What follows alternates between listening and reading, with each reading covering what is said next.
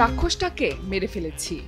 নিজের বান্ধবীকে ফোন করে এই কথাটাই প্রথম বলেছিলেন প্রাক্তন ডিজি ওম প্রকাশের স্ত্রী। লঙ্কা গুঁড়ো ছিটিয়ে একের পর এক ছুরি চালিয়ে খুন করা হয় রাজ্যের এক সময়ের শীর্ষ পুলিশ কর্তাকে। রবিবার ২০ এপ্রিল ভারতের বেঙ্গালোরের নিজ বাড়ি থেকে রক্তাক্ত অবস্থায় উদ্ধার করা হয় কর্ণাটক পুলিশের প্রাক্তন ডিজিপি ওম প্রকাশের নিথর দেহ। বয়স হয়েছিল ৬৮ বছর। এই ঘটনায় চাঞ্চল্য ছড়িয়েছে গোটা কর্ণাটক রাজ্য জুড়ে। কর্ণাটক পুলিশের প্রাক্তন ডিজি ওম প্রকাশকে খুনের ঘটনায় তার স্ত্রীকেই মূল অভিযুক্ত বলে মনে করছে পুলিশ, যদিও এখন পর্যন্ত তাকে গ্রেফতার করা হয়নি। তবে সংবাদ সংস্থা পিটিআই জানিয়েছে, প্রাক্তন ওই পুলিশ কর্তার স্ত্রী পল্লবী এবং কন্যাকে রবিবার রাত থেকে টানা ১২ ঘন্টা জিজ্ঞাসাবাদ করা হয়েছে। প্রাথমিক তদন্তে উঠে এসেছে চাঞ্চল্যকর তথ্য। পুলিশ সূত্রে জানা গেছে, পারিবারিক বিবাদ থেকেই ঘটেছে এই হত্যাকাণ্ড। ঝগড়ার সময় পল্লবী প্রথমে ওম প্রকাশের দিকে লঙ্কা গুঁড়ো ছুঁড়ে মারেন, এরপর দড়ি দিয়ে বেঁধে ধারালো ছুরি এবং কাচের বোতল দিয়ে আঘাত করেন। এরপর এক বান্ধবীকে ফোন করে বলেন, রাক্ষসটাকে মেরে ফেলেছি। রবিবার দুপুরে ঘটে এই মর্মান্তিক ঘটনা। বেঙ্গালোরের নিজ বাড়ি থেকে ওম প্রকাশের রক্তাক্ত দেহ উদ্ধার করা হয়। সে সময় স্ত্রী ছাড়াও বাড়িতে ছিলেন প্রাক্তন পুলিশ কর্তার কন্যা। খুনের ঘটনার সঙ্গে কন্যাও জড়িত কিনা তা খতিয়ে দেখা হচ্ছে। সূত্রের খবর, খুনের পর ওমের স্ত্রী যে বান্ধবীকে ফোন করেছিলেন তিনি কর্ণাটকেরই আর এক প্রাক্তন পুলিশ কর্তার স্ত্রী। তার কাছে খুনের কথা স্বীকারও করে নেন পল্লবী। সেই বান্ধবী নিজের স্বামীকে ঘটনার কথা জানালে তার মাধ্যমেই খবর পায় পুলিশ।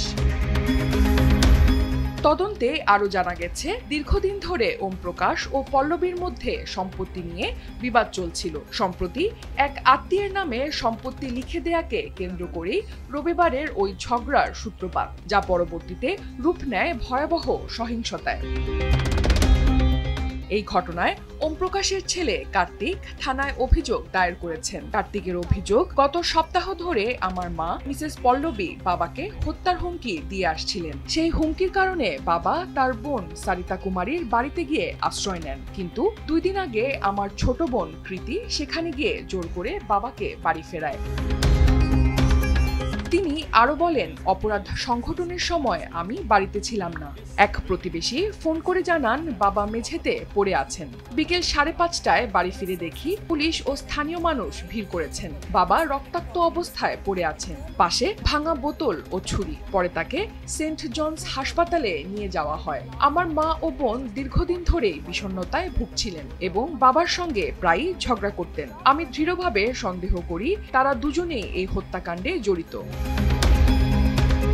বেঙ্গালুরুর অতিরিক্ত পুলিশ কমিশনার বিকাশ কুমার জানিয়েছেন, রবিবার বিকেল ৪:৩০টায় আমরা খবর পাই। প্রাথমিকভাবে পারিবারিক অশান্তির জেরে এই হত্যাকাণ্ড ঘটেছে বলে মনে হচ্ছে।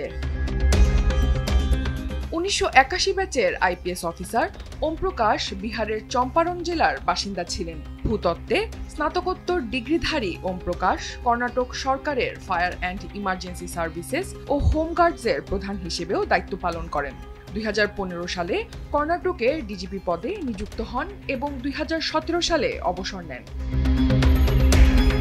এই ঘটনায় প্রতিক্রিয়া জানিয়েছেন কর্ণাটকের স্বরাষ্ট্রমন্ত্রী জি পরমেশ্বর। তিনি বলেন, অবসরপ্রাপ্ত পুলিশ প্রধান ওম প্রকাশ খুন হয়েছেন। প্রাথমিক তথ্য অনুযায়ী তার স্ত্রী জড়িত বলে মনে হচ্ছে, তবে তদন্ত চলছে। সবকিছু জানতে হলে অপেক্ষা করতে হবে। ২০১৫ সালে আমি যখন স্বরাষ্ট্রমন্ত্রী ছিলাম, তিনি আমার সঙ্গে কাজ করেছিলেন।